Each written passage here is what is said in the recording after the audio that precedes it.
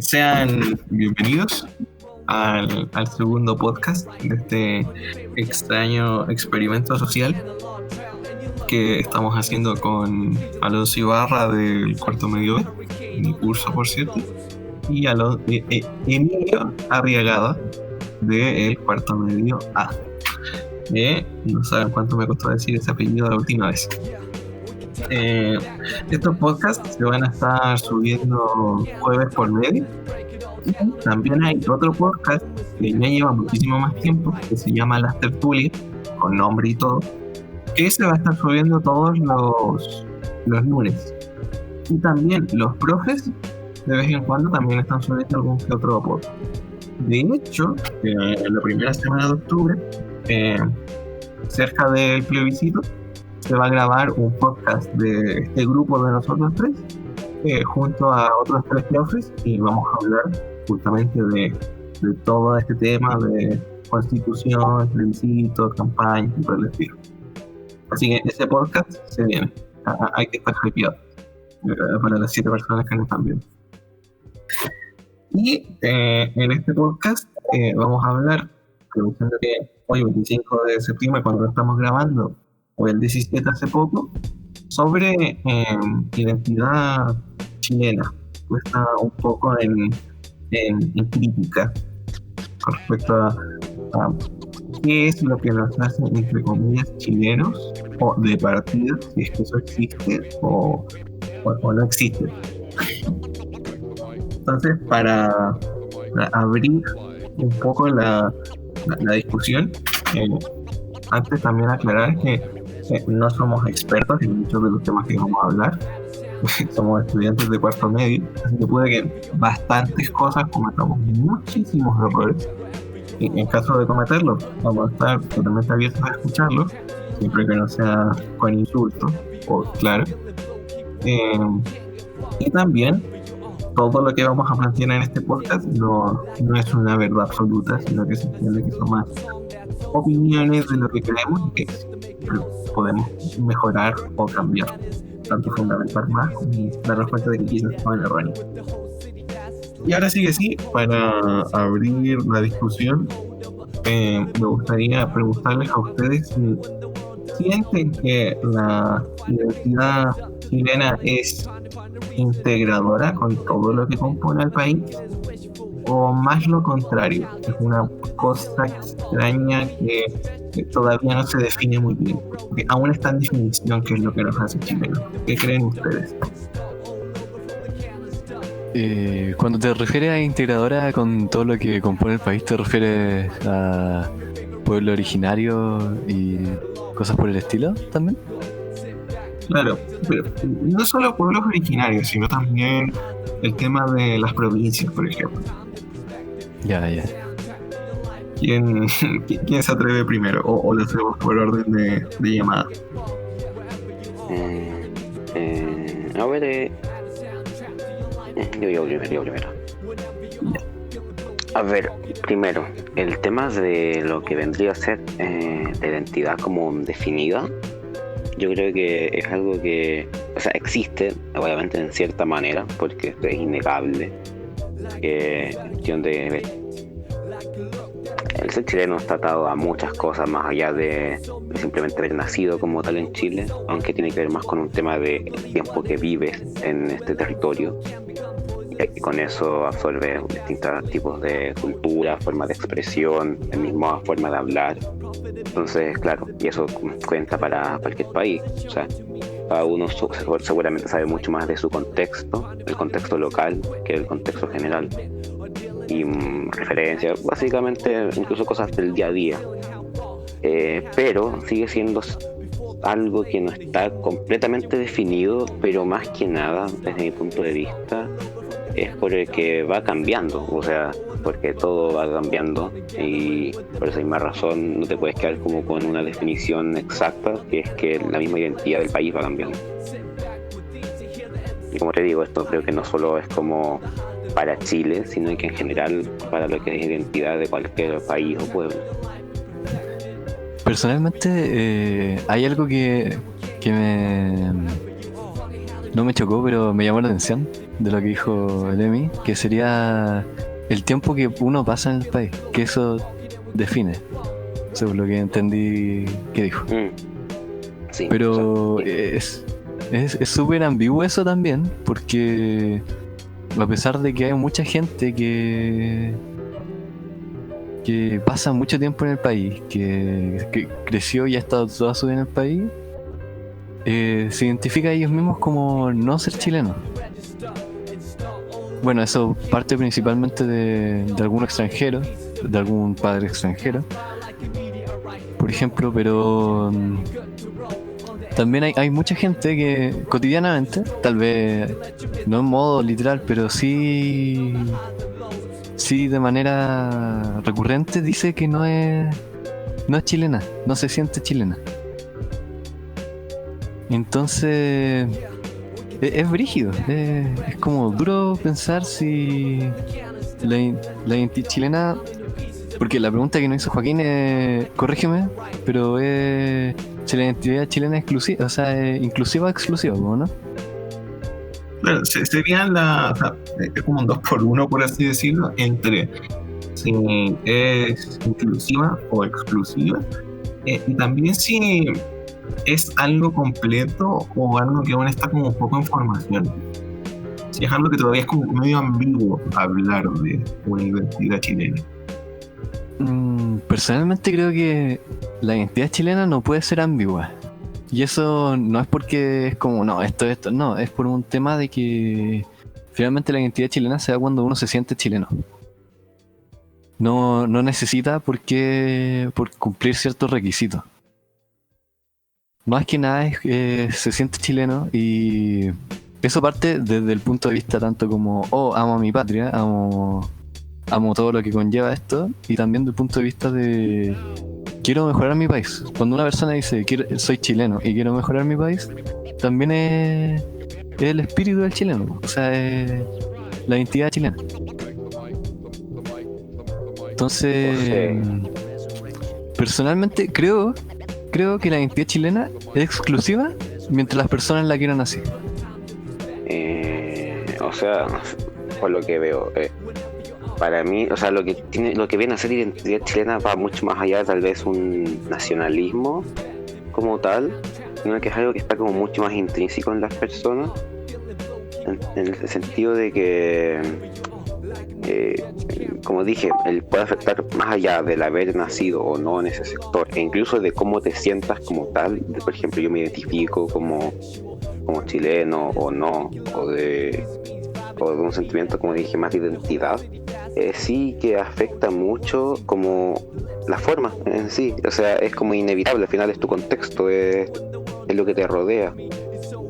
Por eso digo que afecta mucho más el tema del vivir ahí que más allá de un sentimiento de identidad, o más allá incluso del nacer como tal, de que te digan el pasaporte, eres chileno. Es que yo te doy un ejemplo. Yo tengo un amigo que es colombiano, si no mal recuerdo. Él nació en Colombia y se vino acá, pucha, cuando tenía, no sé, 5 o 6 años. Pero él siempre me ha dicho que él no es chileno. Él no tiene una identidad chilena. A pesar de que habla nuestras expresiones, él siempre me ha dicho, yo no tengo una identidad chilena y yo no me considero chileno tampoco. Por Entonces, eso, a eso iba yo. De que más allá del sentimiento de identidad de cada uno, es inevitable que las características de tu zona, de lo que te rodea, básicamente de lo que forma tu personalidad, te afecten. Entonces, sí, como digo, va tal vez más allá de una identidad, sino que de cómo te afecta todo el contexto en el que vives. Por eso digo que es casi intrínseco en vez de más allá de decirlo como una identidad, como tal. Ahora, eso también es un punto importante porque viendo cómo lo plantea, eh, ustedes sienten que el sentimiento de nacionalidad no es algo que se ve tanto por como lo intrínseco en la persona, sino por el entorno en el cual se rodea. O más bien que es una decisión que, o sea, la pregunta aquí es, Está saliéndose un poco, pero va con el tema.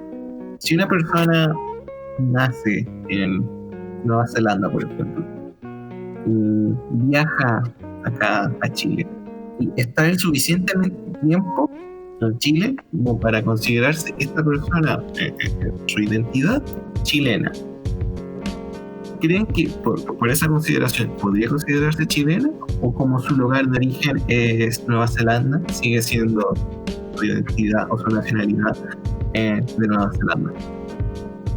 Eso depende de cada persona. O sea, si la persona se siente con una identidad chilena, así es. No es como algo que se pueda redebatir.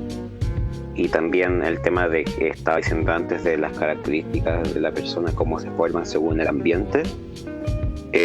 Tal vez también tiene que ver mucho con el tema de en qué situación estás o en qué momento de tu vida.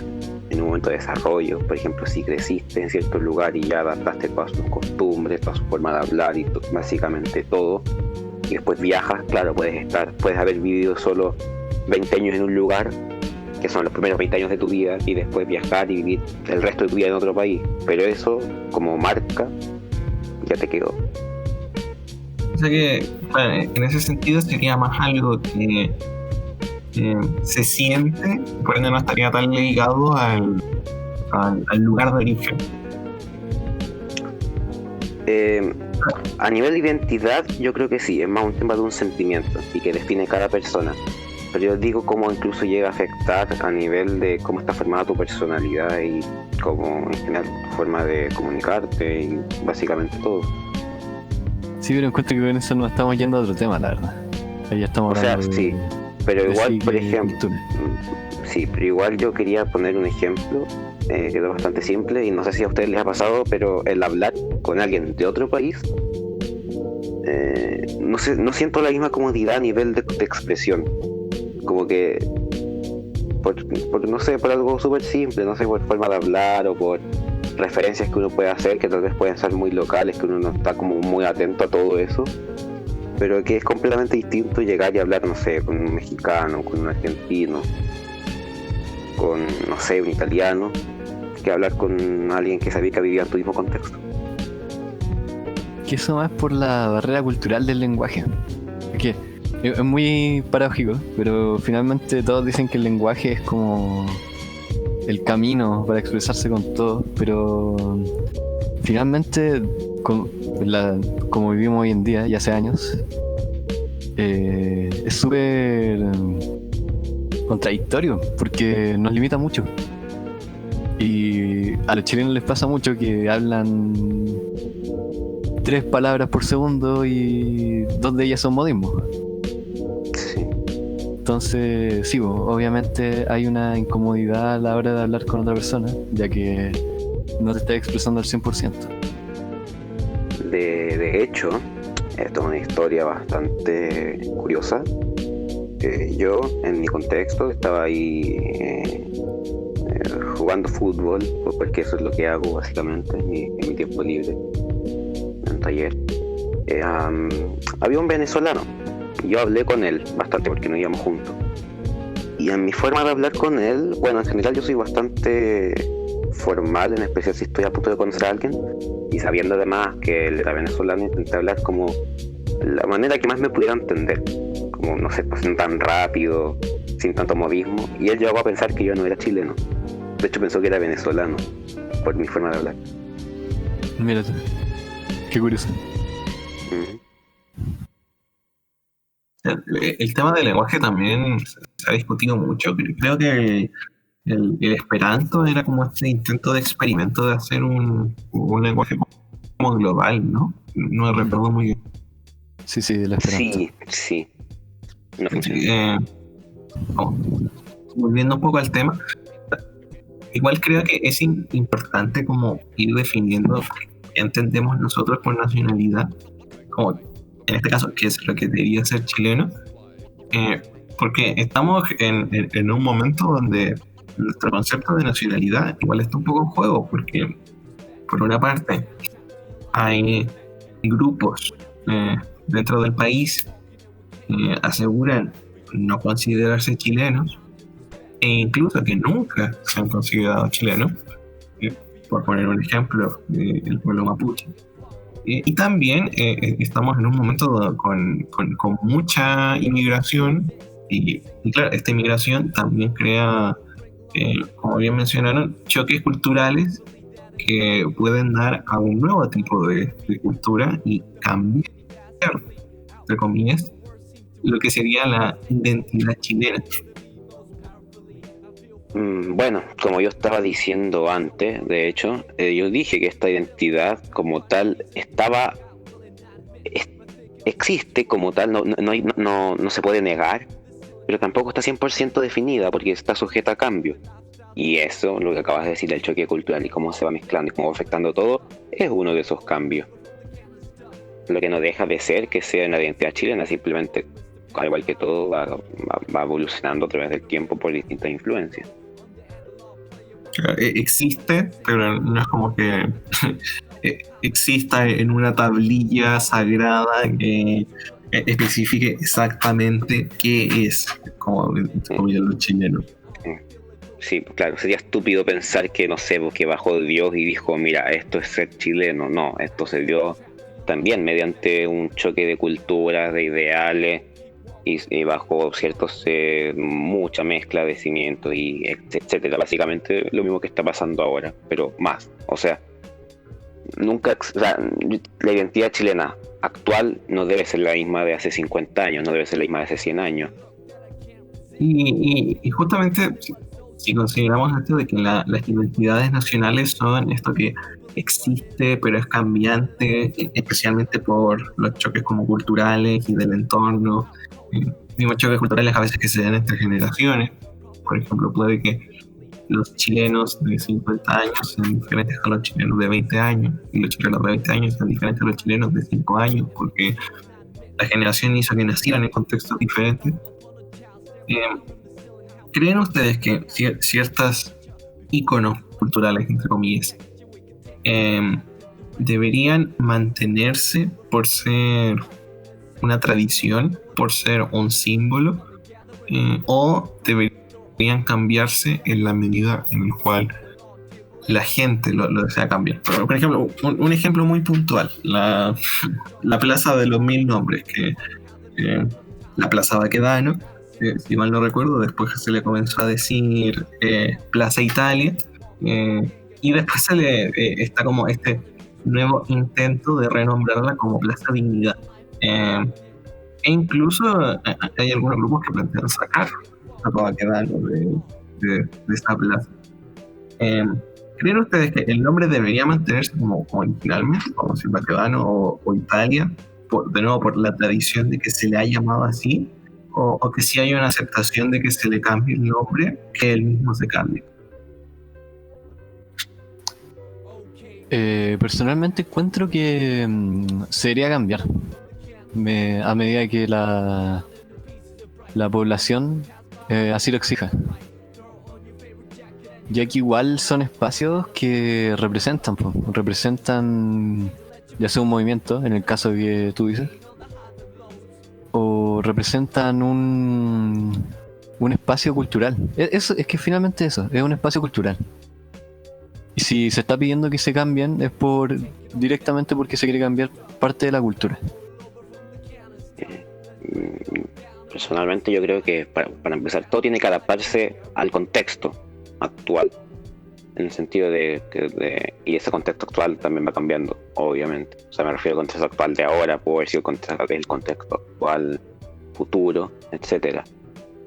Pero es innegable pensar que la tradición es algo bastante importante a nivel para generar una identidad de cierto país, en este caso la identidad chilena, pero creo que nunca se debería mantener una tradición si es que esto va en contra del pueblo. O sea, al final, si es algo que no identifica al mismo pueblo, no tendría por qué ser tradición.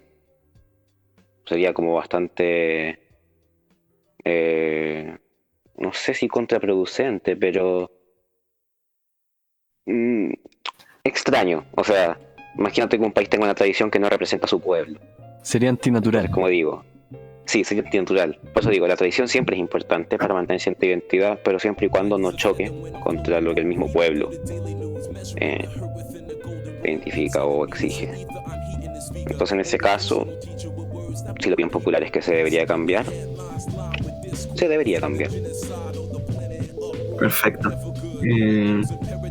Sí, yo también estoy bastante de acuerdo con esa opinión. O sea, sí creo que la tradición debe conocerse, o sea, de partida, porque, por ejemplo, llamamos Plaza Baquedano a Baquedano. ¿Quién fue Baquedano? ¿Cuáles fueron sus logros? O cuál es la crítica que se le puede hacer a Baquedano. Conocer por qué es una tradición, pero también reconocer que si es una tradición fue porque en su momento cambió algo que había ahí y que por ende, como bien mencionaron ustedes, y la mayoría están de acuerdo con cambiarlo, que así debería ser, ¿no? No por ser un icono cultural se vuelve un objeto sagrado que automáticamente no lo puedes ni criticar ni puedes dudar de él. Sí, bueno, me repito. El tema de decir que claro, que la tradición siempre va a ser importante y es innegable a nivel de lo que generó la identidad en su momento, pero siempre se tiene que adaptar al contexto. Pero eso es distinto a invisibilizarla como tal, porque como dije, el pasado siempre es importante para ver cómo estamos parados ahora.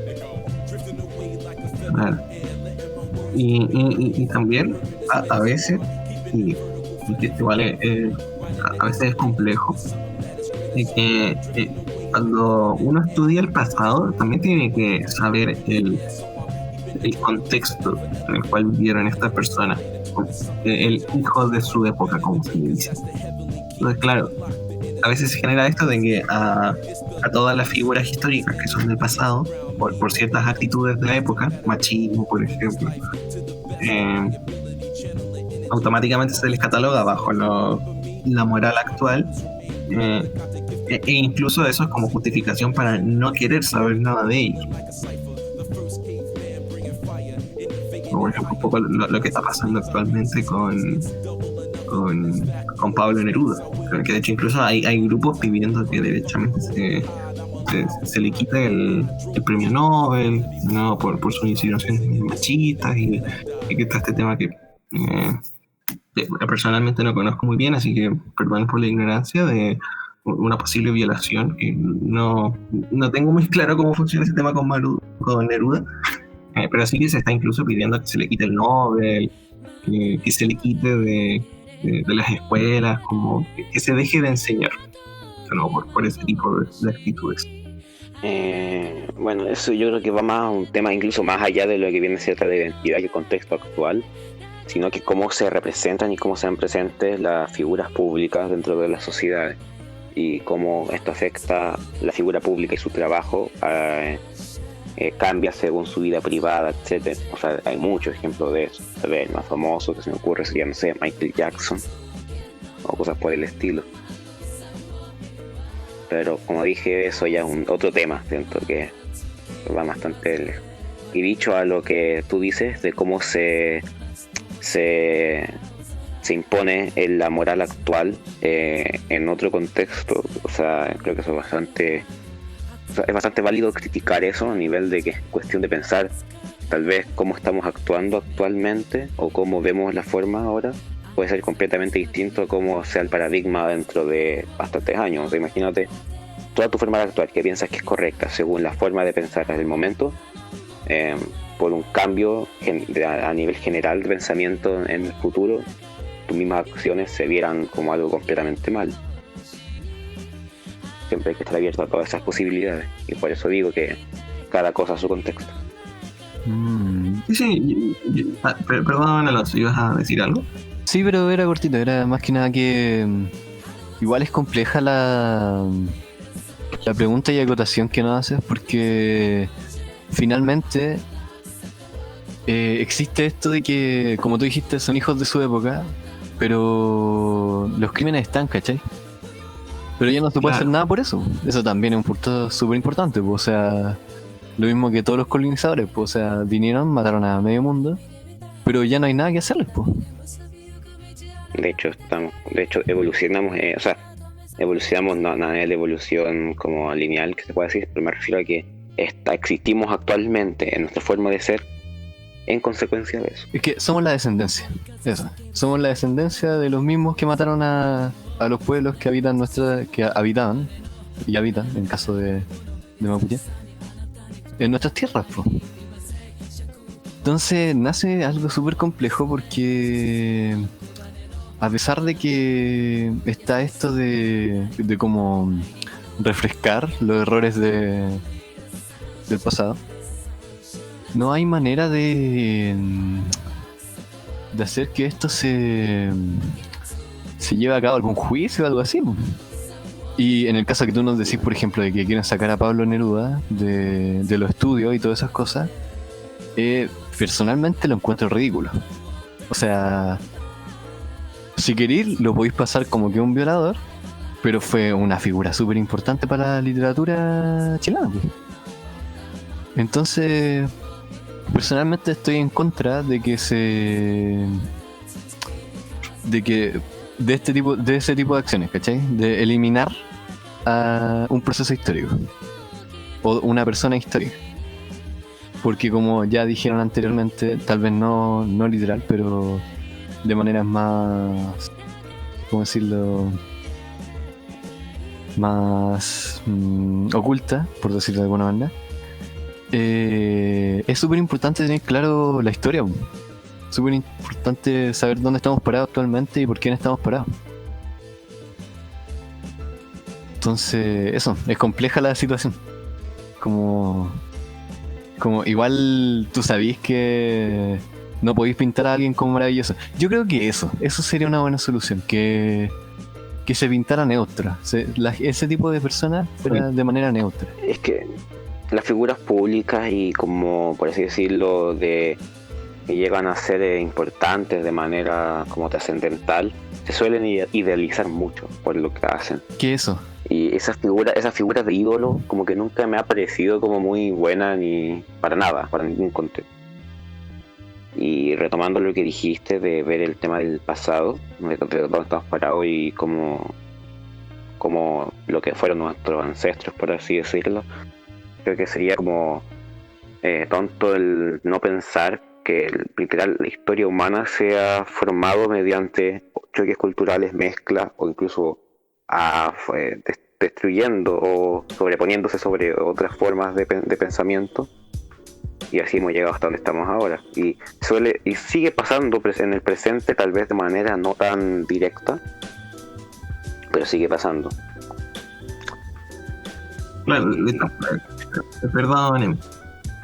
No, o sea, para cerrar el tema de lo que vendría a ser lo del contexto a cada uno, para cerrar esa idea, como digo, creo que una cosa es juzgar algo mediante el contexto actual de algo que se hizo en otro contexto, a el excusarse mediante yo crecí en este contexto para no cambiar según el contexto que te pide el presente. Que son dos cosas bastante distintas, como que quería aclarar eso. Pero aparte de eso, no, nada. Puedes seguir. Sí, en todo caso eso es un punto importante, como tú te refieres a este choque generacional de que porque una persona haya sido criada de cierta forma no le da justificación a que su actitud en la actualidad sea como negativa, por así decirlo. Sí, algo así. Tomando un poco lo que mencionabas tú, Alonso, estoy totalmente de acuerdo con esto de que tenemos todavía mucho esto de que la gente famosa y por ende los iconos históricos, por así decirlo, los idealizamos demasiado. Los idealizamos tanto positiva como negativamente, tanto como esta persona fue un ser humano perfecto o esta persona fue el demonio encarnado y no tenía ningún atributo positivo. Y claro, deberíamos comenzar a ver la historia, o mejor dicho, los iconos culturales como seres humanos, y entendiendo que son como seres humanos, verlos de manera muy crítica, entendiendo cuáles fueron sus aciertos y cuáles fueron sus fallos, Pero que se entienda que criticar no es lo mismo que censurar. Es como un poco lo que mencionabas tú, Alonso. O sea, pasar a Pablo Neruda y mencionar que Pablo Neruda tenía ciertas tendencias machistas no es lo mismo que derechamente sacar a Pablo Neruda de como la enseñanza, por así decirlo.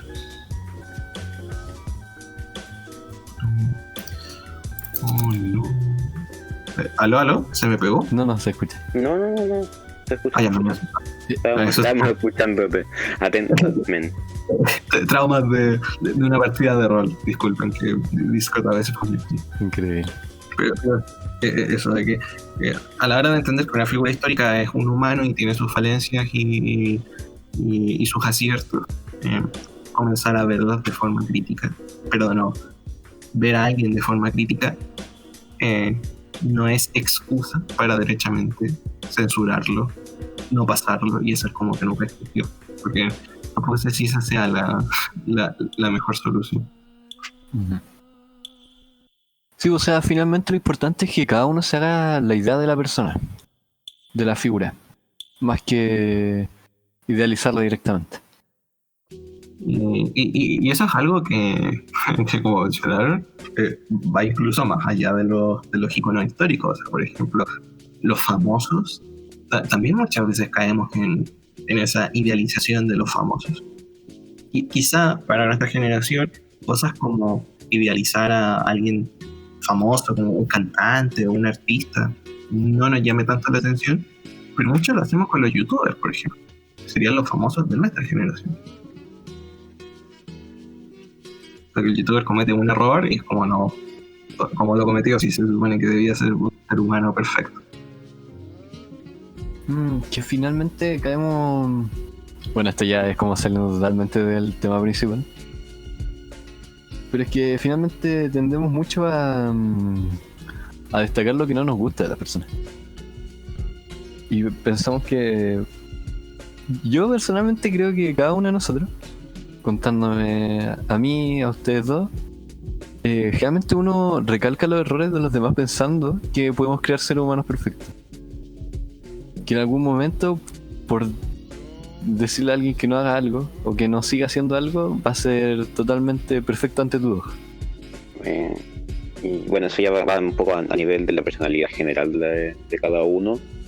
Y también es otra cosa que es innegable, el tema de que tus mismos defectos también forman parte de tu personalidad. O sea, uno siempre lucha por mejorarlos, pero si una persona sin defecto no sería persona. Aparte de otra cosa que mencionaste, que es el tema de que se suele recalcar mucho más los errores y suele pasar mucho más con estas personas idealizadas que uno tiene, que al estar idealizadas tú ya las tienes en el punto máximo. Es como todo lo contrario a tener bajas expectativas sobre algo, que te puede sorprender fácilmente. Puedes, al tener algo idealizado en el punto máximo, solo puede ir para peor. O sea, cada acción que no sea perfecta va a ir para peor para esa persona. Va a generar algo negativo, va a generar una opinión negativa. Y un error muchísimo más. Ese es el problema. Oye, pero volviendo así un poco al tema, hablando de iconos de la historia, me parece súper importante los mártires. Mártires como José Miguel Carrera, Arturo Prat y todos estos sujetos que quedaron marcados en la historia por ser un sacrificio prácticamente. Entonces, no sé qué opinan ustedes de eso, a mí me importa caleta. Creo que lo de los sacrificios, como que nos... eso de sentirnos atraídos hacia los sacrificios, es extraño porque tenemos una visión idealizada que consideramos esto como algo honorable, esta lucha hasta el final. Por poner un ejemplo, Ignacio Carrera Pinto es, por cierto, ese señor con bigote que aparece en el billete de 1.000 pesos, es él. En el contexto de la guerra del Pacífico, puede que no esté recordando bien todo, hubo una batalla que se llamó la Batalla de la Concepción, donde prácticamente la tropa que él comandaba resistió hasta el final, como a un ataque del ejército de Perú, creo que era. Y claro, en vez de rendirse, lo honorable de ello fue que luchó hasta el final y como nunca se rindió. Y esto lo consideramos como una historia heroica y honorable y la idealizamos, pero ¿es realmente un aspecto positivo o negativo? De nuevo, esta figura de luchar antes que rendirse está vista muchas veces en iconos chilenos. Prefiero morir luchando a rendirme ante el enemigo, y lo consideramos como algo positivo. ¿Es realmente tan positivo?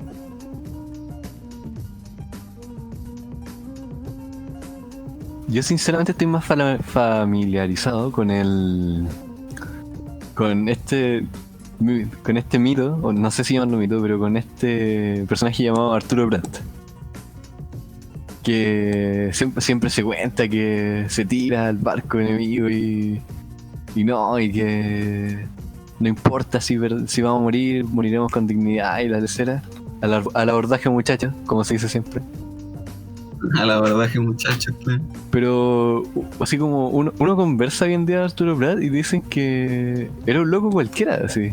O sea, puede haber sido capitán y todo, pero pucha, es como cualquier otro sujeto de alto rango en la marina hoy en día, ¿cachai? Entonces es interesante cómo en su época el Arturo Prat fue un antes y un después, pues. O sea, el Chile está en guerra y están con la moral así como ya tenemos que ganar, pero pucha, vamos mal, vamos por acá. De repente pasa esto donde casi crean una religión así en torno a Arturo Prat. Y el espíritu chileno se levanta, y no sé, no puedo decir que por eso se gane la guerra. Y no sé si se ganó tampoco, si sería la palabra más apropiada. Pero finalmente da un impulso nuevamente. Y hoy en día son súper importantes porque finalmente así es como lo reconoció la historia. Lo reconoció como los héroes de la patria. Siendo que en verdad fueron sujetos que importaron, obviamente importaron. Pero no sé si al punto de ser héroes, pues, o sea, se está celebrando su muerte. No sé, a mí me choca. Personalmente me choca mucho. Billete de 10 lucas. Billete de 10 lucas. Ya mencionamos el de 1000 y el de 10. Que por cierto son bastante similares en la misma guerra. Claro, fueron diferentes en el sentido de que el contexto de Arturo Prat es que el pobrecito de Carlos Conde, que no tiene ni billete ni moneda ni nada por el estilo, que fue el que realmente hizo la hazaña. Arturo Prat al final sirvió como carnada para mantener ocupado al enemigo, y después Carlos Conde, que tenía una nave que era malísima, como conocía el terreno, engañó a una de las naves de Perú y la llevó hacia unos arrecifes de coral, y la nave se encalló y prácticamente lograron capturar esa nave de Perú. Y claro, eso lo consiguieron gracias a este sacrificio entre comillas de Arturo Prat, que fue muy heroico porque luchó hasta el final, porque aguantó y resistió. Entonces, claro, me parece interesante eso que dices tú, Alonso, de si deberíamos considerarlos como héroes o no. Bueno, sobre todo está pensando el tema de lo que vienen a ser los mártires y por decir, la figura histórica. Lo general entiendo que existan porque a nivel como de cómo se escribe la historia y cómo se cuenta y cómo se ve a la gente, al final son más que ser la persona en sí, representan una imagen, el movimiento, el pensamiento, el momento, etcétera. En ese caso, la figura de Arturo Prat representa lo que vendría a ser el sacrificio o todo lo que fue el ejército chileno en la Guerra del Pacífico. Entonces, va más allá de la persona en sí, sino que de lo que representa su imagen. Porque casi existe una necesidad a nivel general de tener que representar, de tener que verse representado de una u otra manera un colectivo en una persona. Bueno, siempre existen líderes. Un ejemplo claro Y de lo eso que, es a lo largo. un ejemplo claro actual de lo que decís. Por ejemplo, no me funan por esto. El negro Matapaco. O sea, es totalmente una idea. O sea, no, es que me van a funar por esto, pero Dale, negro Matapaco ya estamos. es un personaje, no un mártir, por si acaso, no un mártir, que eso quede claro. Pero es un personaje de la revolución que sucedió hace poco, que finalmente marca una idea, pues, que es la rebelión en contra del Estado y de la opresión. Ujú, O sea, no del Estado, del gobierno principalmente. ujú. Pero era un perro, hermano, era un perro. Un perro que está ahí. No, pero es que ni sepa qué está haciendo un perro. Es que Pero finalmente, claro. si lo pensamos del lado político, ya bacana, así como hasta los perros están en contra de esta lecera y ya. Pero hermano, un perro, si un perro vio que los pacos estaban siendo agresivos, obviamente se va a asustar y va a querer contraatacar, por hermano. Entonces el perro no tiene ni idea de quién es Sebastián Piñera, por ejemplo. Exactamente, pues. El perro sale, se sienta y te tira un discurso de por qué el Estado chileno está como está y nos deja con la boca cerrada. Pero este es un gran Pero ejemplo no. de, por ejemplo, lo que dijiste, pues, que son una idea, son la idea que representan, la idea que llevan. Y el tema es si nosotros usamos en estos momentos, entre comillas, históricos, a las personas como herramientas. Como una herramienta en la cosa. Alguien que existió, lo convertimos, deja de ser persona y pasa a ser un ícono, por ende pasa a ser un mito, y lo utilizamos como herramienta para, por ejemplo, levantar la moral. En el caso de Arturo Prat y de Ignacio Carrera, levantar la moral en un contexto de guerra, y en el caso del perro Matapacos, crear un ícono que representa ese movimiento, por así decirlo. Y Erwin Arturo Prat y Lenny Condell. Y claro, justamente en Shingeki, como haciendo un poquito de conexión muy breve, este chico pelirrojo, que es el único que sobrevive al ataque suicida, que Arturo Prat también hizo el ataque suicida, dice que Erwin fue un demonio.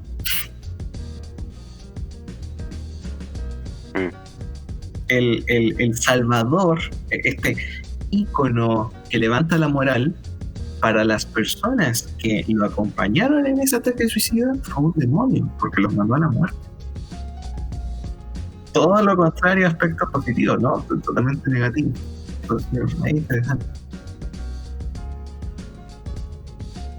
También es interesante preguntarse si está bien hacer que las personas dejen de ser personas. Quitarle la condición de persona a alguien para volverlo un ícono, o a un ser vivo, o a un perro matapaco. Sí, es que yo personalmente, hablando en términos de así como de situación, poniendo la situación de que estemos en una guerra, por ejemplo, yo escucho eso y a mí se me da la boca. O sea, escuchar que un loco fue y se tiró 1 contra 20.000 y murió peleando, para mí es como, ya, pues, hermano, yo quiero hacer lo mismo, yo quiero llegar a donde está el, ¿cachai? Es un buen ejemplo, no sé, pero sería como el Ragnarok. El Ragnarok de los nórdicos. O el Valhalla, no me acuerdo. Valhalla.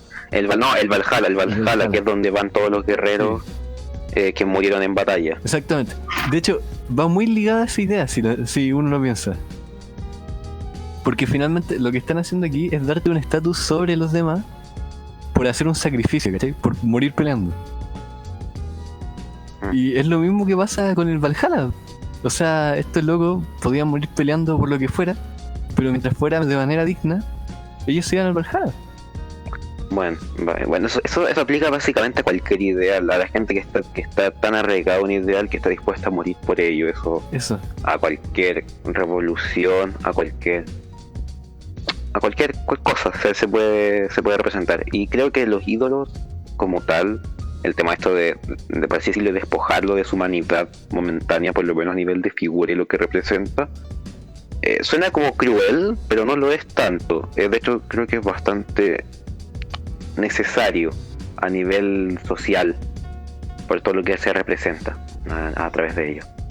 Sí, yo también estoy de acuerdo contigo con que es algo necesario, específicamente en un contexto como ese, pero no sé si es algo bueno. Ahí me genera, más aún con lo que ustedes mencionaron, que volverlo un icono finalmente termina siendo un instrumento para muchas veces incentivar que las personas hagan lo mismo. Pero igual termina siendo como una pseudo especie de manipulación basada en lo emocional. Entonces ahí me genera ruido, como dice cierto profe. Yo creo que los tres concordamos en eso, en que es necesario, pero no es correcto. No sé si incorrecto, pero no es correcto. Sí, o por lo menos genera algo, así como de eso.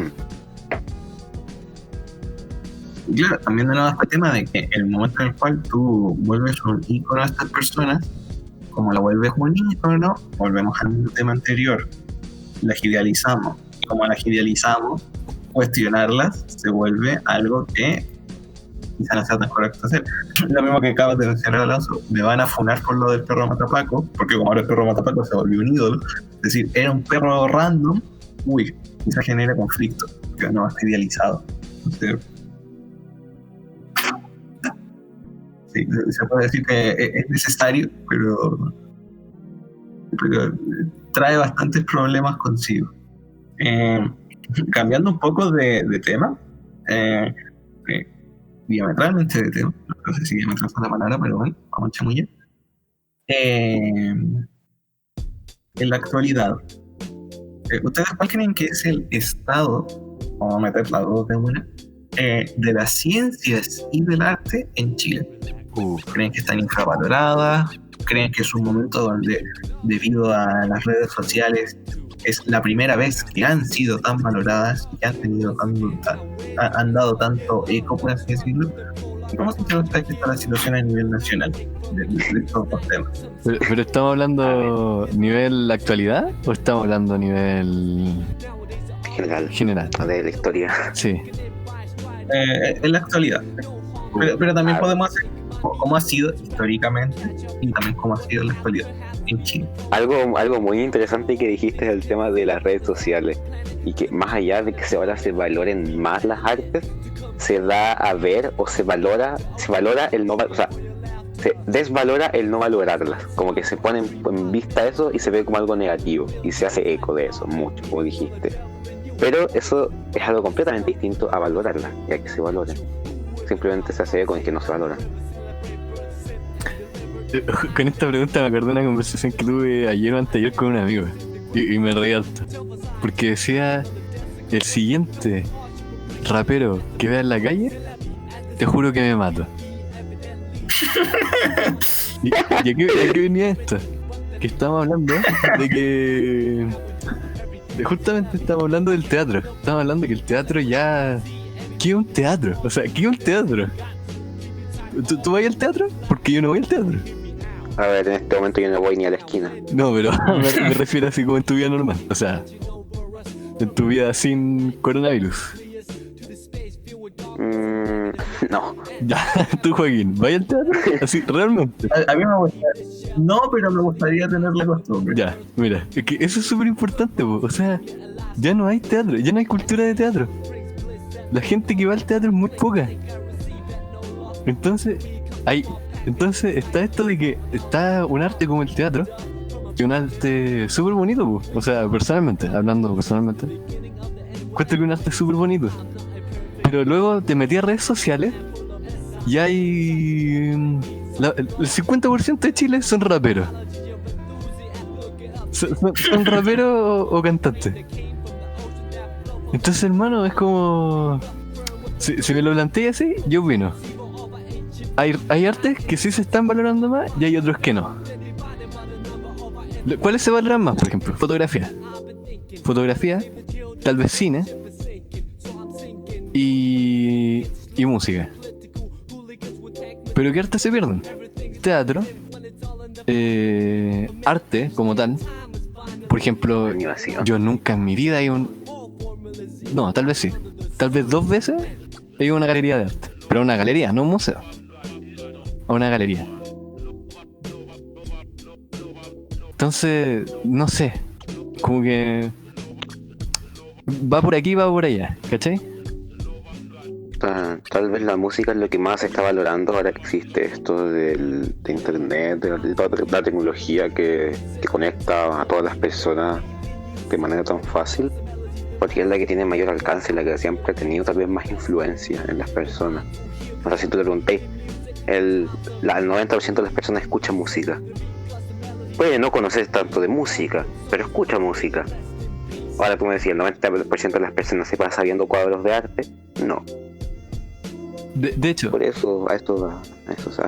de hecho, así como también una acotación muy personal, una opinión muy personal y sé que tal vez me estoy metiendo en un terreno peligroso, pero hoy en día, literalmente cualquiera puede ser cantante. O puede ser músico. Uf, Y así, fuera del SB, cualquiera puede ser. Puede pertenecer a este arte. Pero. Cualquiera puede ser cualquier cosa, pero eso no quiere decir que seas bueno en eso. No. Sí, pero no. Porque finalmente me refiero al hecho de que se te reconozca como tal. a como tener salida, por así decirlo. Eso. Porque, por ejemplo, yo te prometo, aunque tome clases de arte aquí a 2 años, no te voy a hacer un cuadro comparado con por ejemplo, personaje del colegio, Diego Aguirre. Ni comparado con sus primeros trabajos, así. Entonces, Esto también tiene. yo creo que eso también influye en por qué tanto se ha desarrollado la música hoy en día. Como dije antes, también tiene que ver en cómo se aprecian las distintas cosas. Incluso, y esto ya nos metemos en un territorio completamente distinto de cómo se aprecia el arte y de cómo tal vez las personas o el contexto afecta mucho a cómo se ve cierto cuadro. Por ejemplo, este cuadro lo pintó, no sé, puede Miguel Pérez, y puede ser un tremendo cuadro que te llegue mucho, te presente mucho, pero claro, es Miguel Pérez el de la esquina, no va a llegar a ningún lado. Sí, es que ahí también entra en juego el tema del nombre. El nombre hoy en Chile es súper importante. No, y lo ha sido siempre, no solo en Chile, en la historia. No, claramente, pero en Chile súper difícil surgir sin nombre. Sí, es que, bueno, volviendo al tema de origen, el tema de cómo cómo se ven las artes, música, básicamente todos los tipos de arte existente y de expresión artística. Creo que en Chile a nivel popular siempre se va a tener una buena opinión, o por lo menos a nivel general, porque claro, siempre hay gente que lo va a ver como algo innecesario o estúpido, cuando es algo que a nivel de identidad y de lo que genera a nivel social creo que es algo bastante importante. Pero una cosa es eso y otra cosa es cómo lo vea el Estado, cómo se apoye, cómo se financie, al igual que los mismos deportes. Y ahí nos metemos en varios terrenos que se podrían criticar bastante. En especial si nos podemos comparar con otros países. Sí, claro, se genera cierta paradoja de que, como dices tú, Emi, todos estamos, o sea, la gran mayoría está de acuerdo con que el arte es importante, pero al mismo tiempo tampoco hay un sentimiento activo de, por ejemplo, conocer más de estos artistas chilenos. Es como un poco, me recuerda a cierta polémica que ocurrió cuando querían sacar filosofía de los ramos del colegio. El consenso general era que no quiten filosofía porque filosofía es muy importante, pero al mismo tiempo está esto de que la filosofía sigue siendo no tanto, pero tampoco algo tan generalizado. Entonces está como ese conocimiento de que es importante, pero aún así no la motivación para adentrarse en ese mundo. Bueno, hay cosas que se pueden criticar y cosas que no. Por ejemplo, no puedes obligar a alguien que se motive y que le parezca genial ciertas cosas como la filosofía o el arte, si es que a esa persona no se lo parece, pero se debería al mínimo entregar las herramientas para saber, no sé, apreciar lo mínimo que te exponerse ante eso y ahí generar tu juicio. Creo que es algo súper importante y eso para todo en general. Entonces mínimo que exista la salida para ello. Claro, las herramientas, porque lo mismo, o sea, uno puede decir, hoy la gente no sabe de filosofía, pero si no se entregan las herramientas para aprender de ello, es un terreno súper pantanoso, entonces. Y como dije, y como dijiste tú, de hecho, las herramientas para ello, no solamente exponerte, o sea, no le podéis poner a un tipo de, no sé, a una persona que nunca en su vida ha estudiado arte o ha visto arte, le pone un cuadro y no lo va a apreciar. Puede que si hubiese estudiado y toda la cuestión y supiera sobre el tema tampoco lo apreciaría porque no es lo suyo. Pero si igual nunca le diste nada y simplemente lo expones ante eso sin ningún contexto, también no va a generar nada, tampoco es de ayuda. Y también podríamos ver eso cómo afecta en la enseñanza, cómo se enseña arte, música y básicamente cualquier tema en el colegio, pero como estábamos hablando antes, eso ya es meterse en otro terreno. Igual hay un tema súper importante y es que en Chile hoy en día se tiene miedo a las carreras artísticas. Y humanistas. Bueno, es que eso es tema de otra conversación, amigos, pero... Yo le tengo miedo a las carreras. No, pero me refiero a que principalmente la gente que tiene como una pasión por este tipo de cosas, igual les da miedo intentar tener su vida en esto. ¿Y por qué? Porque en Chile se tiene la mala fama, cosa que ni siquiera es mala fama, es real, hasta cierto punto, que como artista no podéis surgir. Lo mismo que decía, sin un nombre no surgí. Cuesta mucho. Entonces tenéis que tener... Principalmente está como el miedo de no ser especial. Porque si te fijáis, los artistas chilenos así como actuales, ¿cuáles serían? Paloma Mami, es gringa. Princesa Alba, se hizo el nombre a través del Colo, ¿cachai? No, lo peor es del Colo. O sea, ya con eso... Oye, aquí no estamos hablando de fútbol, no es peor, es simplemente del Colo. ¿No? ya, es una pequeña broma. No nos metamos aquí con... Es del Colo. Dice que nos vamos fundados. El Pablo Chile, es Chichigán. ¿Quién más? La Mon Laferte se fue para México. En México para triunfar. Sí. Aquí en Chile, Mon Laferte de XD, pues. Sí, pues hasta ahí llega el nombre, ¿no? Bueno, de hecho, pero mira, ahí tenía un ejemplo. La mayoría de los artistas se van para México o para otros países a surgir. Exactamente. Dato curioso, pero no, va mucho con este sentimiento de que en Chile, si eres artista, surgir es muy complejo. Muchos conocidos que son de inclinaciones más artísticas, por ejemplo, el Diego Aguirre que mencionó el Alonso, dentro de sus planes de vida es irse a estudiar a Argentina, porque aquí en Chile saben que no tienen salida. Sí, pues sí, por eso, repito, hay un miedo por surgir en Chile y que está totalmente justificado. O sea, el que lo quiere intentar, que lo intente, ¿cachai? O sea, puro tiene que esforzarse, ¿no? O sea, tiene que esforzar más que la cresta, pero eso ya es otro tema. Pero sí, pues, la mayoría tiene miedo de empezar en Chile. O sea, no sé si empezar, pero crear la carrera en Chile. Bueno, siempre existe el talento y la suerte para que ese talento salga a la luz. Pero, como sí, son casos bastante especiales. Claro, o sea, no sé, yo lo pongo en duda. Creo que hay veces que incluso el talento y el esfuerzo, y si no tienes las herramientas adecuadas, finalmente terminas como acabando en el olvido. Y lo que por eso dije, el talento y la suerte para ello. Claro. Porque el talento suficiente, el talento per se nunca va a ser suficiente, el esfuerzo per se nunca va a ser suficiente. Inclusive el talento más el esfuerzo puede que no sea suficiente. Y en un país que justamente no apoya demasiado ese tipo de expresión, a pesar de que se genera este paradójico sentimiento de que es muy importante pero no se le apoya, es más complejo.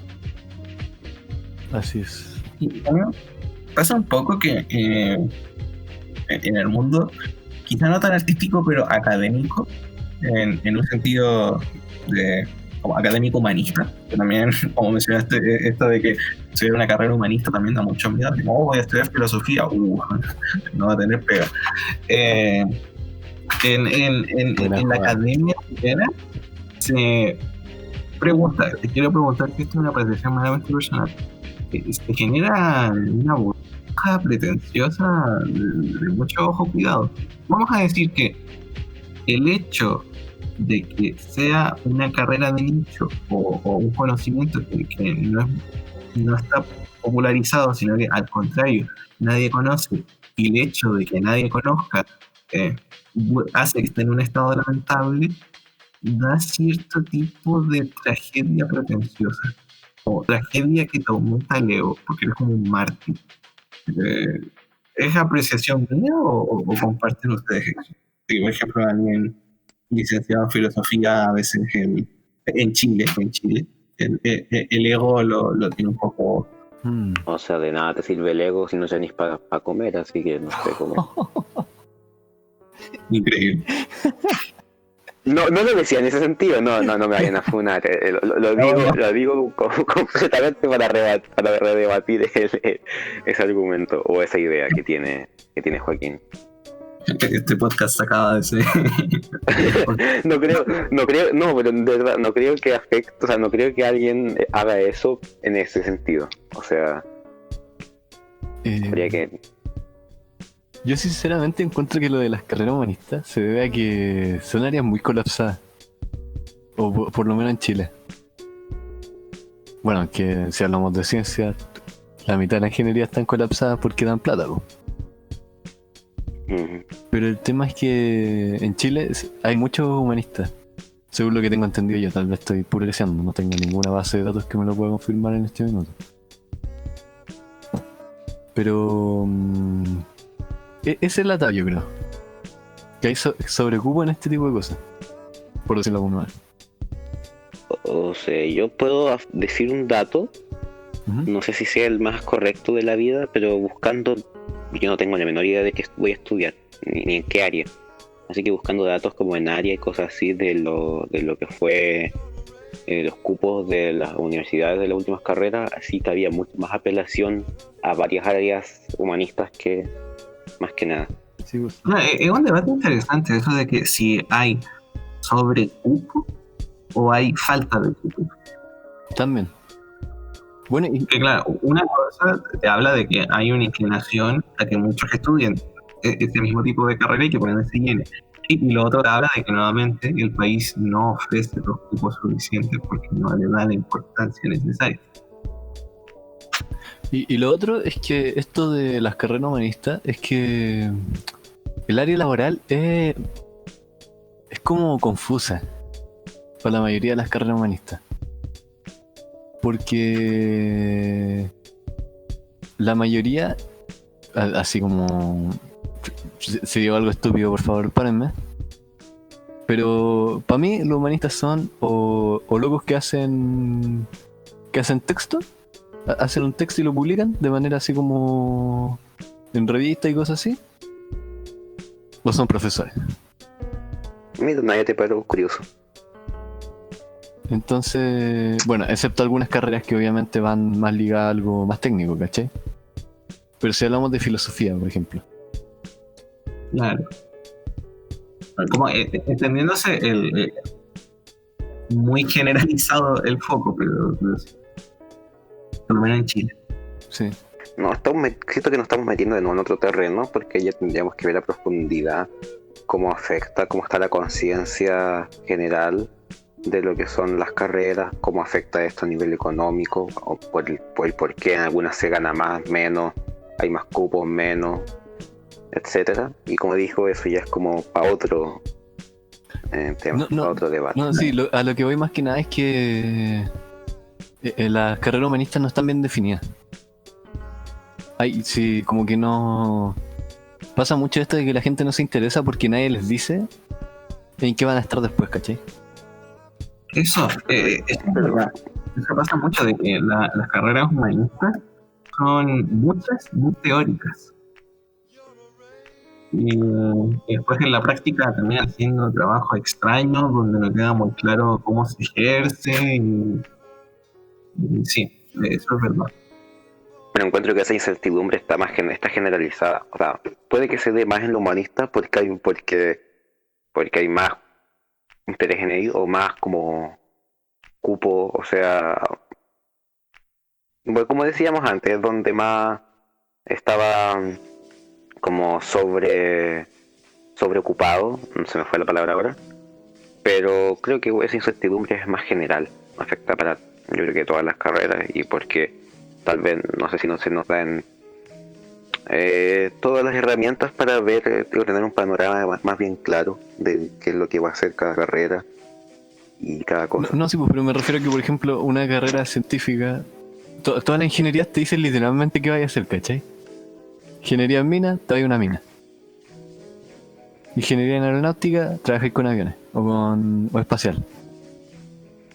Ingeniería eléctrica, trabajáis con mecanismo eléctrico. Ingeniería industrial, trabajáis con mecánica industrial. Bueno, si aquí mencionáis toda la ingeniería existente, vamos a estar acá. No, sí, pues, pero como ahí tenéis ejemplos. O nutrición. Sí, no, sí, lo decía porque hábito de que existen muchas ingenierías muy específicas. O nutrición, por ejemplo. ¿Qué hace un nutricionista? Ve la nutrición. ¿Cachai? Corta. Corta, eso, corta. Y nutrición y dietética, por si acaso. ¿Qué más? Esta lecera de medicina. Hermano.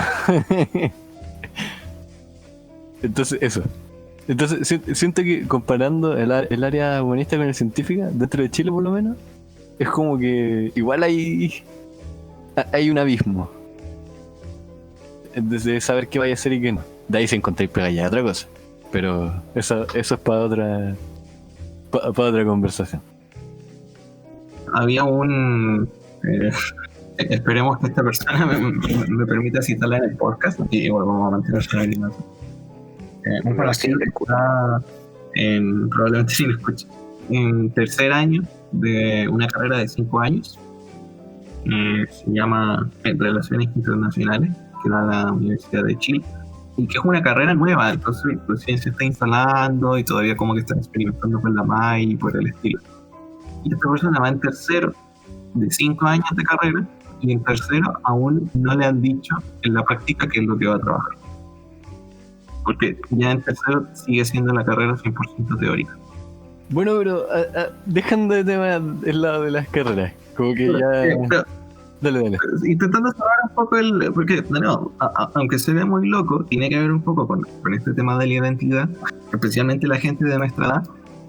Te habla un poco esto de que ya es famoso de que hoy quiero estudiar arte, pero vivo en Chile, entonces ya para cerrar con la triada de arte, humanismo, ciencias. ¿Cómo está la situación de la ciencia en el país?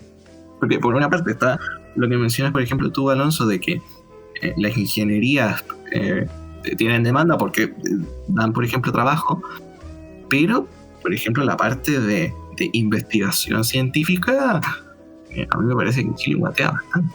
Es que, te voy a decir al tiro, yo no soy un sabio en el tema, pero personalmente siento que la ciencia se trabaja más a nivel internacional. Todo lo que se trabaja en Chile es patrocinado o promocionado por empresas internacionales. Entonces no se queda en Chile. O no se da el mérito a Chile. Tampoco hay un incentivo en por ejemplo, la educación de ir cumpliendo esas vacantes, por ejemplo. De incentivarte para trabajar en estos organismos de ciencia internacionales.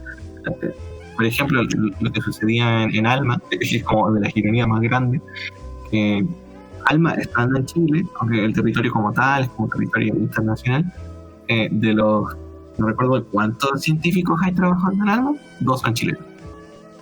Porque tienen como el cupo, por así decirlo. Sí, pues Ni siquiera es 2, que no haya interés, es que es 2 porque es el máximo de cupos que pueden haber de personas chilenas de un equipo de 100 y algo.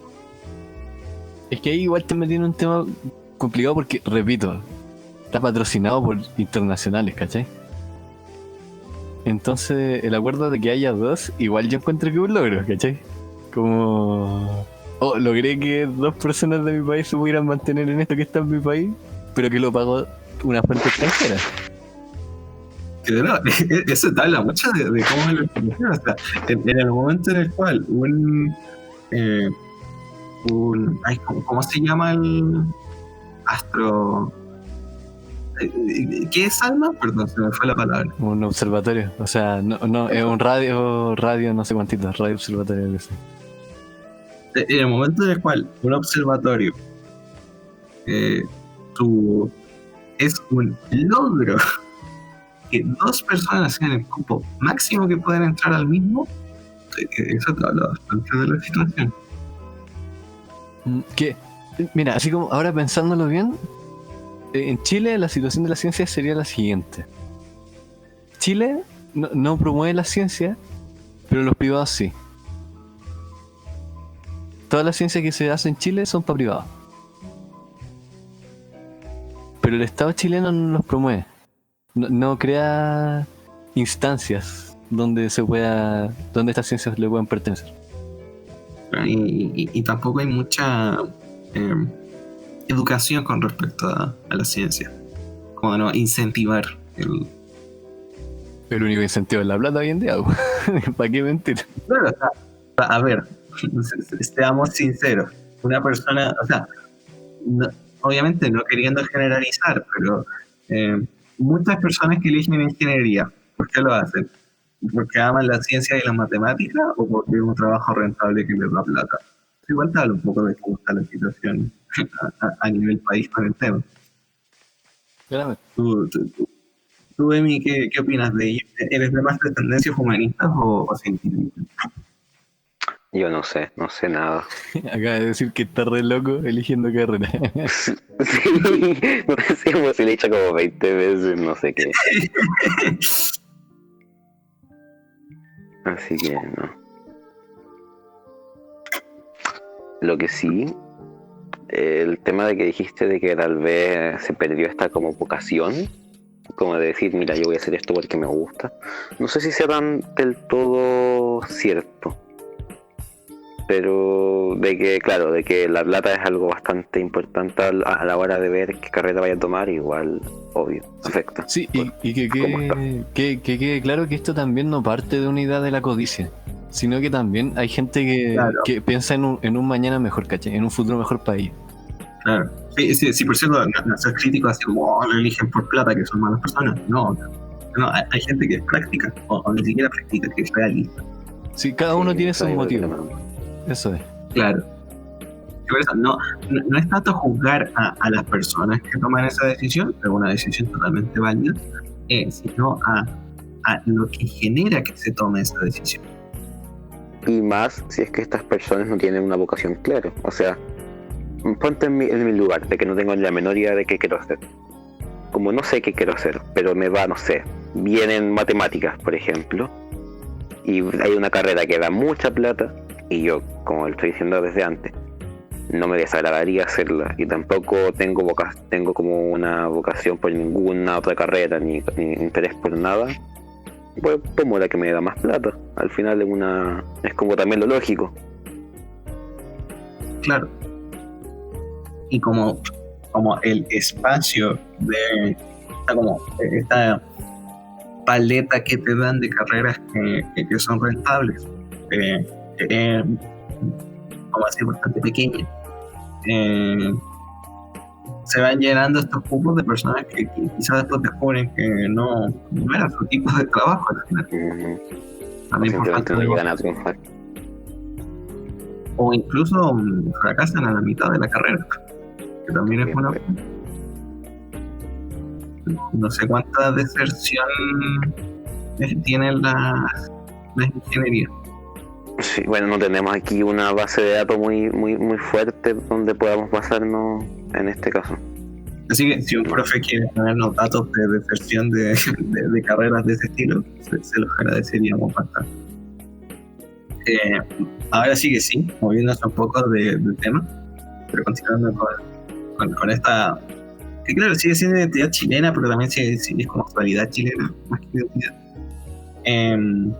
En un contexto que se está generando más a nivel mundial, donde como que las sociedades se están polarizando y el diálogo entre opciones opuestas cada vez se hace más complejo.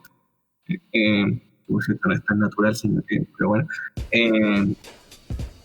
¿Creen ustedes que en Chile esto se está dando con más o menos fuerza? ¿Sienten que la sociedad chilena se está polarizando a un punto en el cual cada vez se está haciendo más complejo dialogar con alguien que no tiene tu misma opinión?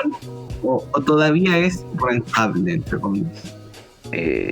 Yo creo que en este tema puede salir tal vez porque la censura ha bajado considerablemente a nivel de cómo habla cualquier persona y más. Y retomando el tema de lo que vendría a ser la sociedad tecnológica que existe hoy en día, el poder expresar tu opinión e incluso el discutir con alguien que ni siquiera tienes al frente se da mucho más, está al alcance de cualquiera. Entonces, en base a eso existe como una red o un cúmulo de opiniones rondando que tal vez no las dirías en otro contexto o en otra forma. Y existe como esta instancia de debate. No creo que sea así como no todos están súper abiertos para cualquier idea que se presente, pero no me gusta ser fatalista en el sentido de pensar que estamos como peor que antes. O sea, eso no, definitivamente no. O sea, plantearías que no estamos bien, pero sí mejor. Sí. Exacto. Creo que eso es como la tónica de lo que pienso en general. Creo que por lo general todo siempre va como para mejor, pero eso no quiere decir que sí esté bien. Ahí yo peco de bastante fatalista, lo admito, en la mayoría de opiniones en general, porque siento yo que también por la forma en la que están hechas muchas redes sociales, las redes sociales incentivan a que se polarice la sociedad, y también crean algo muy peligroso, que es como que se encierran en una burbuja, ¿no? Por ejemplo, en las recomendaciones que te aparecen en las redes sociales, Facebook, YouTube, Twitter, etc., el algoritmo probablemente te conozca más que a tú mismo, y por ende conoce tus gustos, y por ende lo que te muestra es con lo que tú estás de acuerdo. Y cuando tú ves que todo el contenido que te rodea es un contenido que reafirma tu visión del mundo, entonces tú comienzas a creer que tu opinión debe ser la válida, que finalmente es lo que todo el rato se reproduce. Y también crea poca tolerancia con ver opiniones opuestas. Y eso hace que, como ya te acostumbraste tanto a siempre ver opiniones que te reafirmen, cuando ves una opinión opuesta, te choca más. Yo siento que estamos a peor. No sé. O sea, no me gusta echarle tanto la culpa a nivel de redes sociales, porque al final las acciones en general influyen a nivel... O sea, tú posteas lo que posteas, tú buscas lo que buscas, y la otra persona también.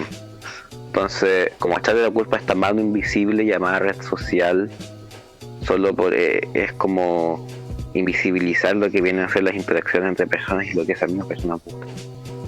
Aunque claro que existe esto, de hecho yo quería contar una historia bastante divertida, que viene a ser lo que viene a ser el algoritmo, y es que yo estaba buscando un debate, o más que un debate, era como una cuestión de opiniones por el tema de las elecciones, en donde estaba viendo, no sé, a Hardware, a Cast, y en una de esas, como digo, vi a Cast a ver qué mierda estaba diciendo. Y por ver ese video en YouTube y en todas partes me empezaron a aparecer 20.000 recomendaciones sobre Cast y sobre por qué es maravilloso y cosas, incluso edits y cosas muy random. Y fue como... Quizá le gusta toma, algoritmo. Es como cuando estáis viendo una serie y tú estás re feliz y por estar viendo esa serie en todas tus redes sociales te empiezan a aparecer cosas de esa serie que incluso te pueden spoilear. Eso mismo. Solo que en este caso con Cast. Yo no creo que sean como la culpa a las redes sociales, como echarle la culpa o que las redes son un demonio, ¿no? O sea, redes sociales son una herramienta y las herramientas se pueden usar para bien como para mal. Y obviamente el problema tiene muchísimos más factores, pero la red social es un factor importante que incentiva una situación que ya era compleja desde antes, pero no es echarle la culpa a las redes sociales o... De hecho lo que dice, yo concuerdo bastante, eso de que depende mucho de cómo uno lo ocupe o cómo lo se ocupe en general a lo que te va a llevar. Ahora el tema es... perdón.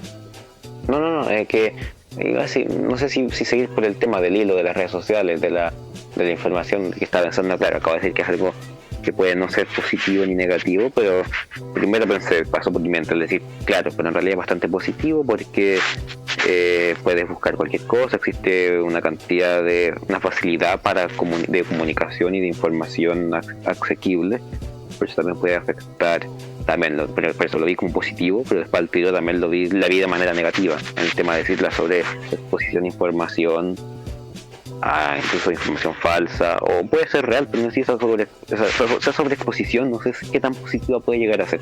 Tengo como ese debate interno y que no estoy clarificado, no tengo una opinión clara al respecto. Es que claro, como una herramienta tiene sus cosas positivas y negativas, y yo concuerdo contigo que también a mí me cuesta a veces saber si esta llegada de la era de la sobreinformación es positiva o negativa, siendo más bien o más mal. Y bueno, se está mi lado más fatalista y pesimista, y estoy ahí muy, no, es que hace mucho daño, pero también tiene muchas cosas positivas, como dices tú, y que hemos podido, de hecho, estamos hablando ahora aquí, a pesar de estar en una pandemia, gracias al desarrollo de esas tecnologías y de esa información. Estamos conectados al colegio también por eso mismo. Bueno, algunos más conectados que otros.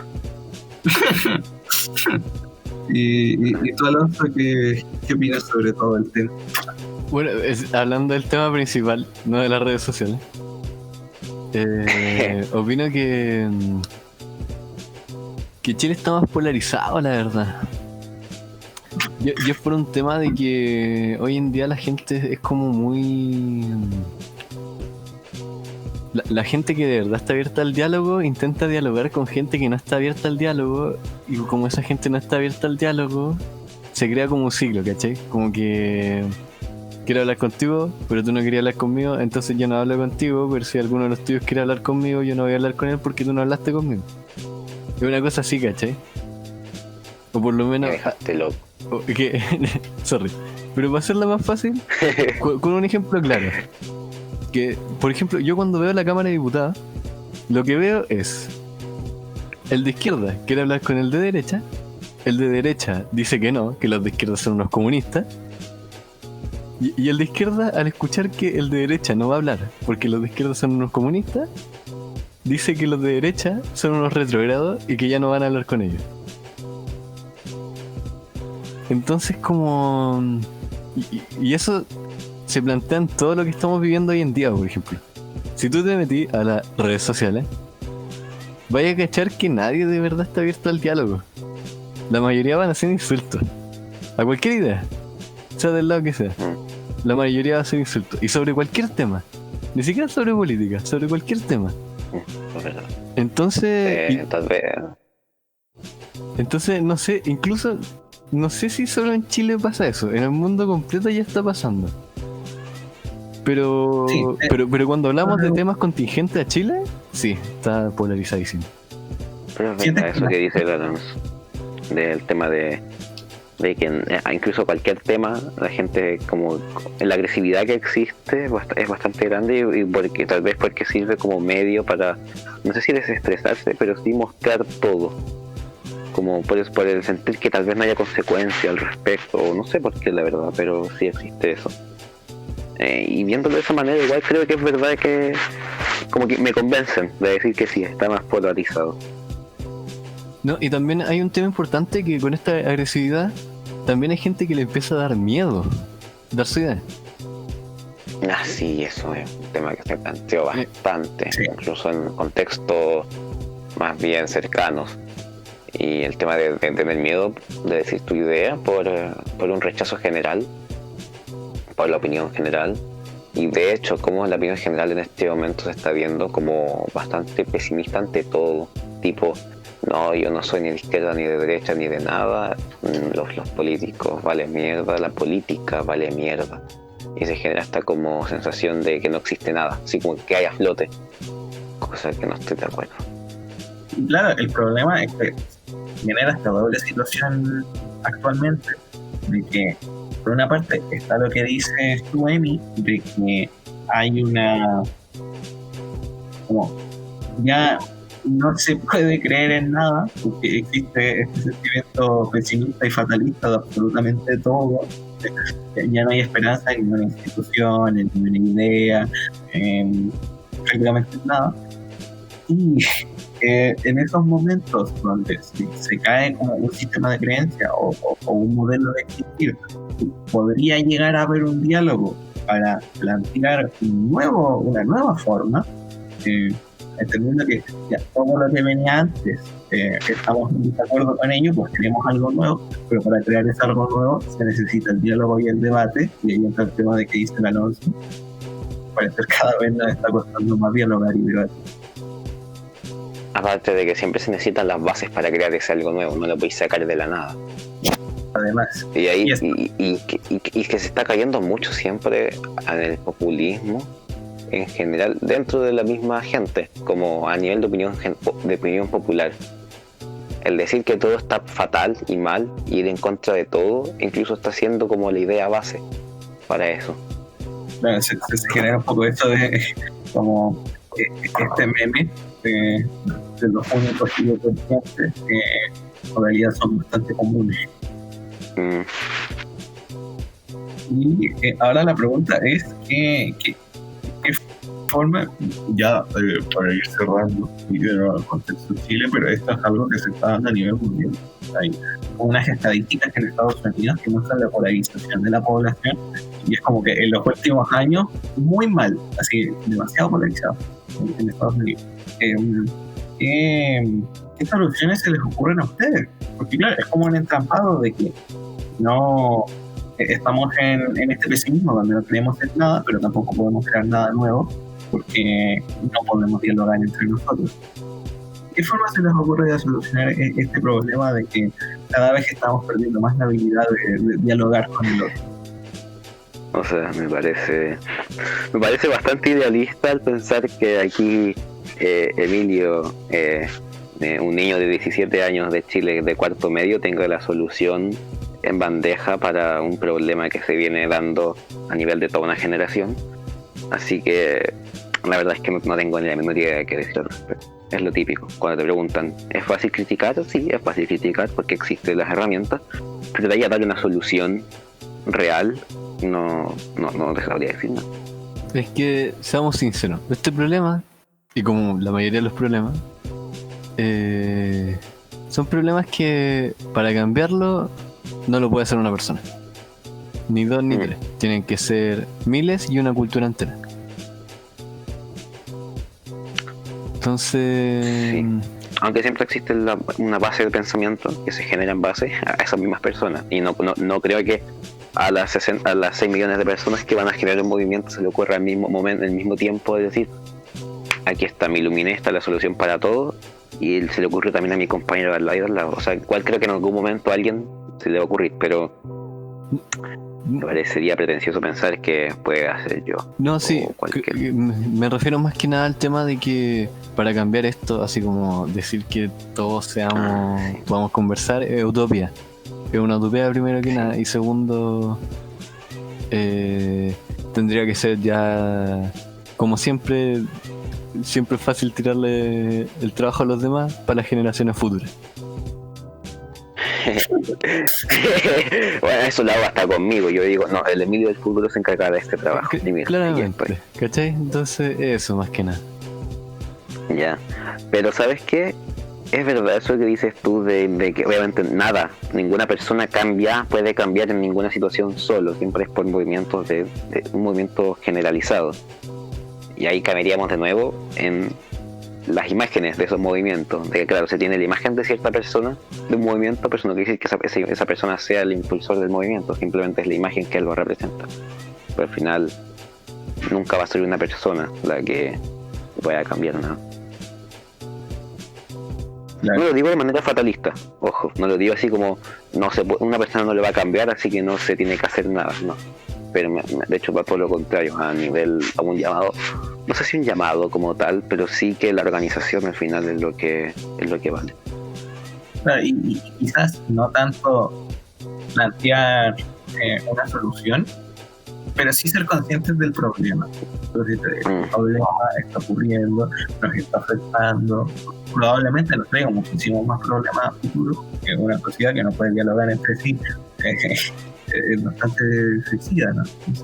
Ahora, creo que, o sea, es verdad que llegar y decir yo tengo la solución al problema como en su totalidad en bandeja de plata es bastante pretencioso, pero sí creo que el ejercicio de dar como quizá un boceto o como algunas ideas generales a mí me parece positivo. En una de esas gente, bueno, o sea, no particularmente en este grupo como tal, pero justamente si las personas comienzan como a tener ideas generales, pero entendiendo que probablemente no sea la verdad absoluta, pueden terminar llegando a, quién sabe, una pseudo solución. Sí, y que después esa misma vaya evolucionando con distintas ideas y se vaya perfeccionando. ¿Algo más que quieran mencionar del tema para ir cerrando? No, o sea, después de tanto desvío que igual tuvimos entre medio, ya que esto da para mucho y para muchos matices,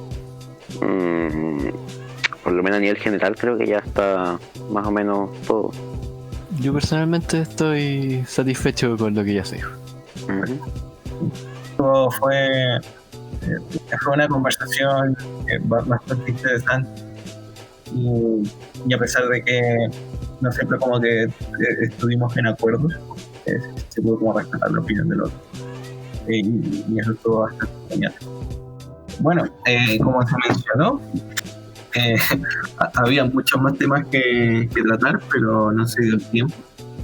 Ya veremos si se tocan en el futuro o las siguientes conversaciones siguen siendo pláticamente.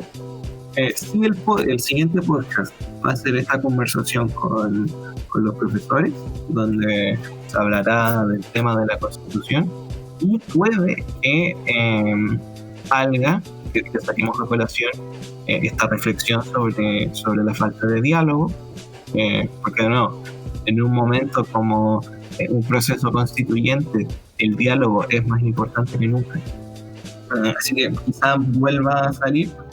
Y recordar que estos podcasts van a salir el jueves por medio, pero hay otro podcast que es el de las tertulias, que va a estar saliendo todos los lunes. Y también hay profes que de vez en cuando también suben sus propios podcasts. Así que eso, esperamos que después de las declaraciones de Emi contra Colo-Colo no acabe este podcast. No me funen, mira, hay edición ahí, cortar todos los bichos que puedan generar ahí. entre el Alonso con el Matapaco y el Emi con eso de que bueno, pero no tiene pega. Este fue el segundo podcast y el final. Y por eso esperamos que haya sido de su agrado y nos veremos en algunos días más con profesores acompañándonos.